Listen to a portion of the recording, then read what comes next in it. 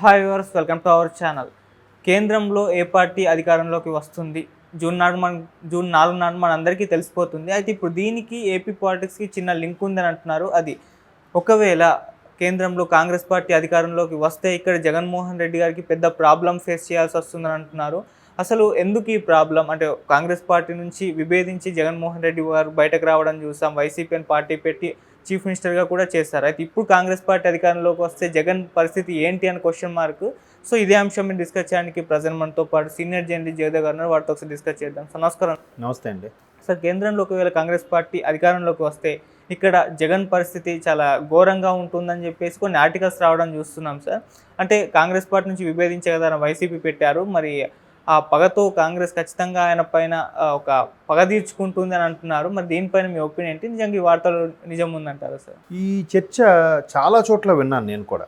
అంటే ఎవరైతే సోకాల్డ్ లేదు జగన్మోహన్ రెడ్డి ఆంధ్రాలో మళ్ళీ గవర్నమెంట్ వస్తుంది అని శంకలు గుద్దుకొని మీసాలు కీడుతున్నారో, గెలిపోవటంలో అనేది మనకు తెలియదు, దైవాధీనం.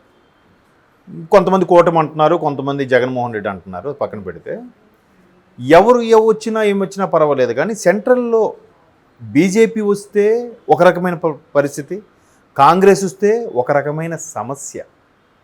బీజేపీ వస్తే ఒక రకమైన పరిస్థితి అంతే, బట్ కాంగ్రెస్ వస్తే ఒక రకమైన సమస్య. ఎలాంటి సమస్య? అసలు ఈయనకి అక్రమాస్తుల కేసు, క్విడ్ ప్రోక్రో, లేదంటే 14 సూట్ కేసు కంపెనీ వ్యవహారం, ఈడీ 38,000 కోట్లు, సిబిఐలో పెండింగు, సుప్రీంకోర్టు హైకోర్టుకి అలాగే రాష్ట్ర సిబిఐ కోర్టుకి అక్షింతలు వేయడము, దాని మీద ఇంకా 12 ఏళ్ళుగా ఆయన బెయిల్ మీద ఉన్నటువంటి వ్యవహారం, ఇవన్నీ కూడా ఒక్కసారిగా అట్టు తిరగేసినట్టు అయిపోతుంది సింపుల్గా.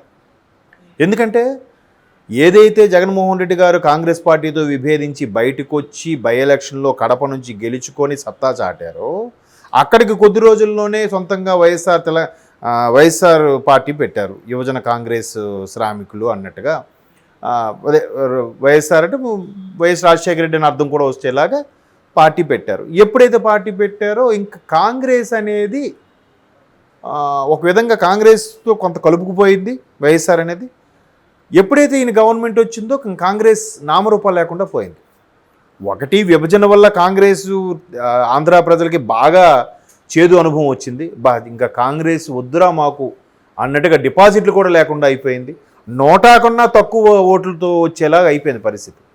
అరే ఈ పరిస్థితికి కారణం ఎవరు అంటే, ఎవరు కాడు వాళ్ళ తప్పును అనుకోరుగా. ఇప్పుడు కాంగ్రెసే ఉంది, తెలంగాణకి ప్రజలకు ఆకాంక్ష తెలంగాణ కావాలి, ఓకే, బట్ ఆంధ్ర ప్రజల ఆకాంక్ష కూడా అడగాలిగా, అడగలేదు కదా. ఒక ఏంటి మీరు కావాలనుకో, జనరల్గా ఎవరైనా ఏమనుకుంటారంటే, ఇద్దరు అన్నదమ్ములు విడిపోయినప్పుడు ఆస్తి పంచి మా ఆస్తి మాక మా ఆస్తి మాక అని అనుకుంటారు. ఇక్కడ ఏమైంది, ఒక అన్నదమ్ముడు నాకు నా ఆస్తి నాకే ఇచ్చి అన్నాడు, ఇంకో అన్నదమ్ముడు లేదు లేదు నేను కలిసే ఉంటాను అన్నయ్యతో అని అన్నాడు. ఎందుకు? మేబీ వాళ్ళ ఆస్తులు ఇక్కడ ఉన్నాయనో, వాళ్ళతో ఇక్కడ రిలేషన్స్ ముడిపడి ఉన్నాయనో, లేదంటే వాళ్ళకి సంబంధించిన లావాదేవీలు అన్నీ కూడా హైదరాబాద్తో ముడిపడి ఉన్నాయని సందర్భంగానో అటువైపు ఆంధ్ర వాళ్ళు ఎక్కువగా మొగ్గు చూపలేదు.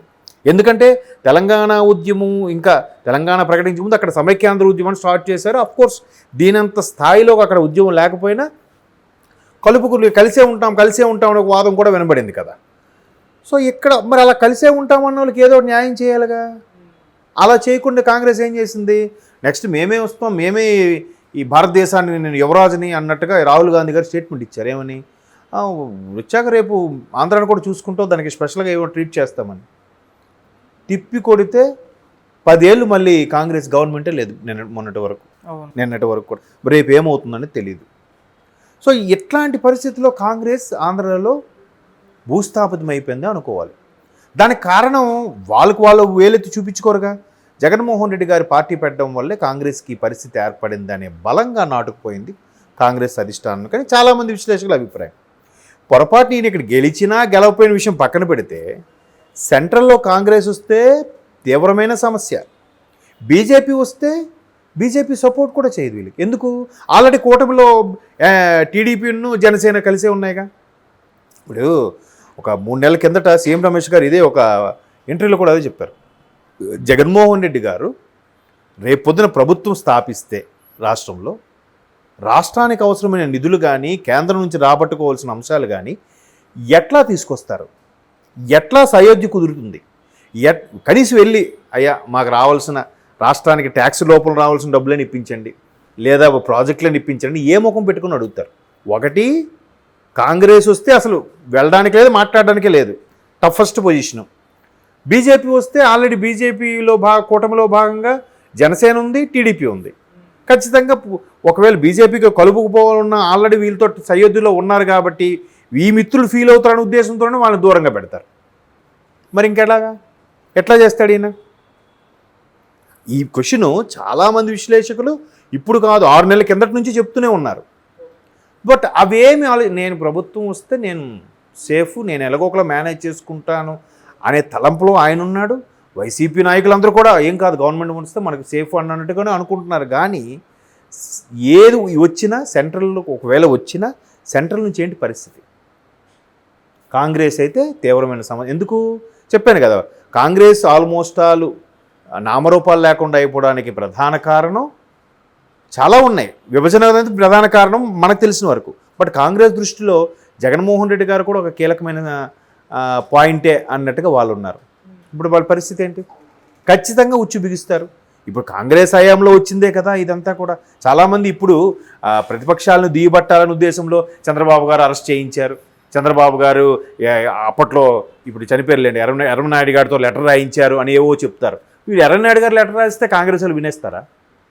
చంద్రబాబు నాయుడు గారు 2019లో మాత్రమే కాంగ్రెస్తో సరేలే అన్నట్టుగా ఇది అయ్యారు. కానీ అంతకుముందు ఎప్పుడైనా కాంగ్రెస్ టీడీపీ కలిసిన దాఖలాలు ఉన్నాయా? మరి అటువంటి టీడీపీ చెప్తే కాంగ్రెస్ వినేస్తుందా? వినదు కదా.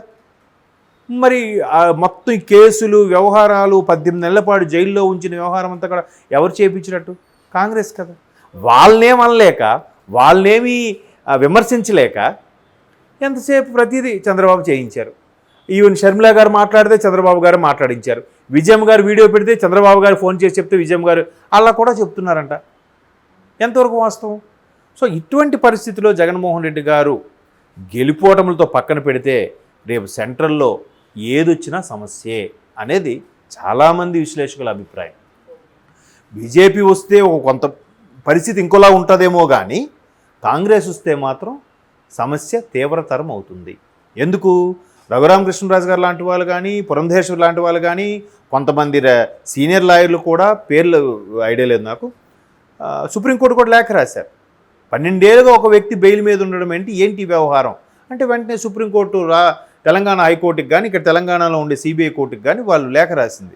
మీరు ఇన్ని నెలలుగా, ఇన్ని సంవత్సరాలుగా ఏం చేస్తున్నారు, నాకు ఎక్స్ప్లెనేషన్ ఇవ్వండి అంటే ఎట్టకేలకు సిబిఐ కోర్టు ఏం చెప్తుందంటే, ప్రతి 2 ఏళ్ళకి ఒకసారి న్యాయమూర్తులు మారిపోతున్నారు, మేము అన్నీ ఎక్స్ప్లెయిన్ చేసి తీర్పిచ్చే టైంకి వాళ్ళు మారిపోవడం, వీళ్ళు మళ్ళీ పొడిగింపు తీసుకోవడం, మళ్ళీ బెయిల్ తీసుకోవడం, దీనికి ఇంకో వాయిదా అడగడం, ఇట్లా అయిపోతుంది. దీనికి ఒక కమిటీ లాగా, దీనికి ఒక స్పెషల్ కోర్టు లాగా ఒక ఎలకేట్ చేస్తే అదే కోర్టు ఆ సమస్య పూర్తిగా తీర్పు వచ్చే వరకు అదే న్యాయమూర్తి, అదే కోర్టు ఉంటుంది.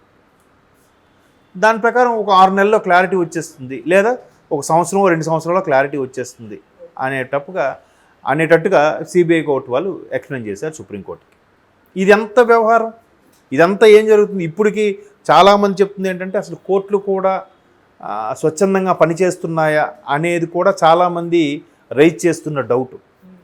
దాంట్లో మూలాలకు వెళ్తే మనకేం తెలియదు.